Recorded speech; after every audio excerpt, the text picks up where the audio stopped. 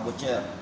Nahiwain ako ngayon na malaking baka na galing sa New Zealand. Ito yung beef inside.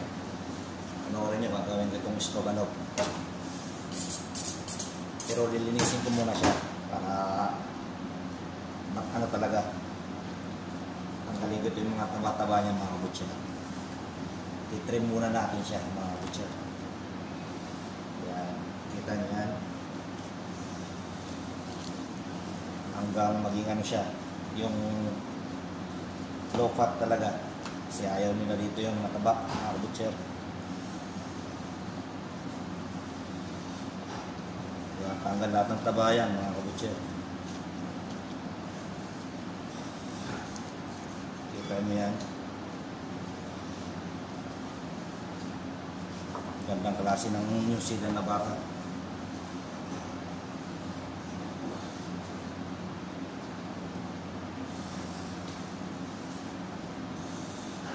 Yan.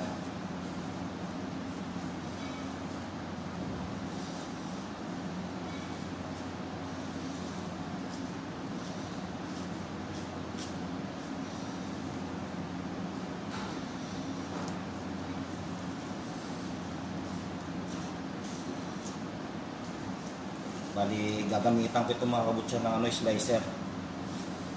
Pakita ko sa inyo itong slicer.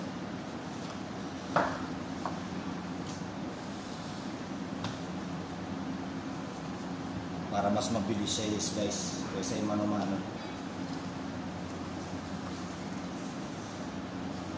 Daming kapal ng taba niya mga kabutcher. Sa mga nagtatanong pala kung anong ginagawa namin ito yung mga rita-ritasong taba, nagawa namin yung sa giniling, nahalo namin mga kabutcher kasi magandang klaseng taba yan. Gawin pang burger, pwede pang giniling, pero haluan din namin ng laman kasi pag puro taba, pangit yung nun, pag dinisplay namin, magiging maputi siya.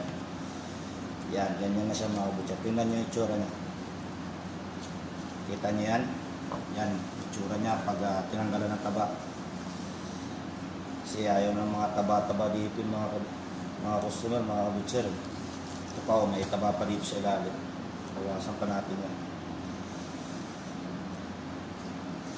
So talaga puro red meat lang mga kabutcher dito.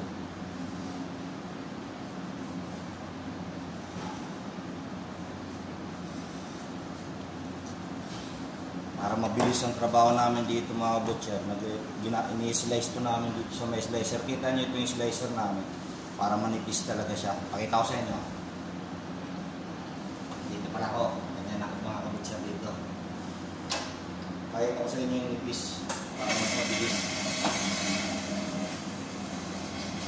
Ganyan siya mga kabutcher.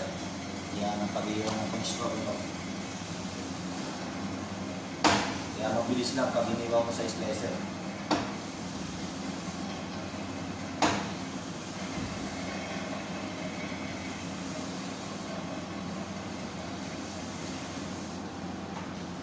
Yan mga kabutcher, kita nyo yan.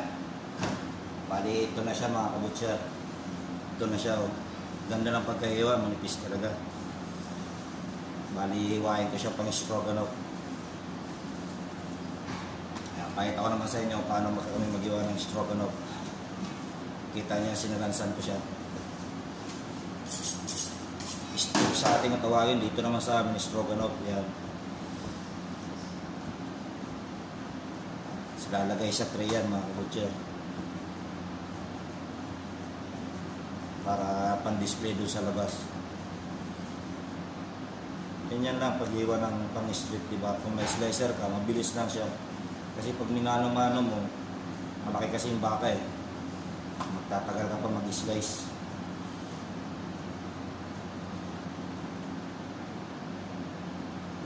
Bali, ganyan na itsura niya mga kabutcher. Ito pa. Pagandaan ng salansan ng naka-slice na baka. Yan, kita niyo yan.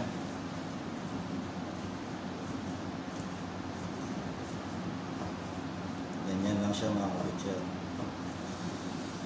Medyo pag mag-slice ka na medyo bilis-bilis na para hindi mapending yung marami mong trabaho sa counter. Kasi ang trabaho dito, ako taga-refill ng mga stick item doon sa labas, mga giniling, mga ganito. May iba-ibang klaseng hiwa sa company namin. Kung anong mga pinapahiwa, yun ang gagawin. Mga mini stick, topside braces, silver side, yun ang ginagawa ko mga butcher. Ito naman, may babalot ko pa ito. May tray kami dito na lagayan ito mga butcher. Tingnan mo.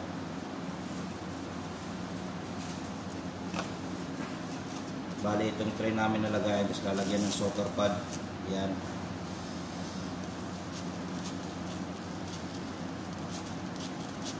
Yan mga kabutcher. Bali, ganyan yung ano namin yan. Ibabalot na lang namin sa may wrapping machine. Ganyan mga kabutcher. Lalagay dito sa tray para ready to display na siya. Katansya-tansyahin mo lang kahit sabihin mo ilang gram yung aabutin niya mga kabutcher. 300 gram to 400 gram. Basta yung tray na ganito, magpuno siya. Yan, ganyan yung tsura niya.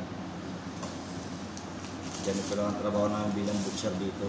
Pag slicer ka, customer attending, kailangan lang matuto ka lahat ng trabaho pag nandito ka kasi hindi isang ano lang trabaho mo dito, hindi ka deboner lang, hindi ano, lahat centralized mga kabutcher.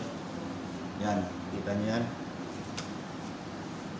Kaya sa mga gustong maging butcher, centralized mas maganda. Hindi isang ano nyo lang, section nyo. Kailangan na lang lahat.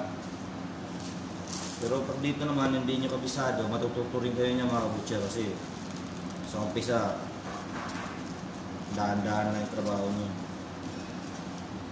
Hindi naman kayo bibiglayin. Maunti-unti lang matutunan nyo lahat yan. Kaya yan mga kabutcher.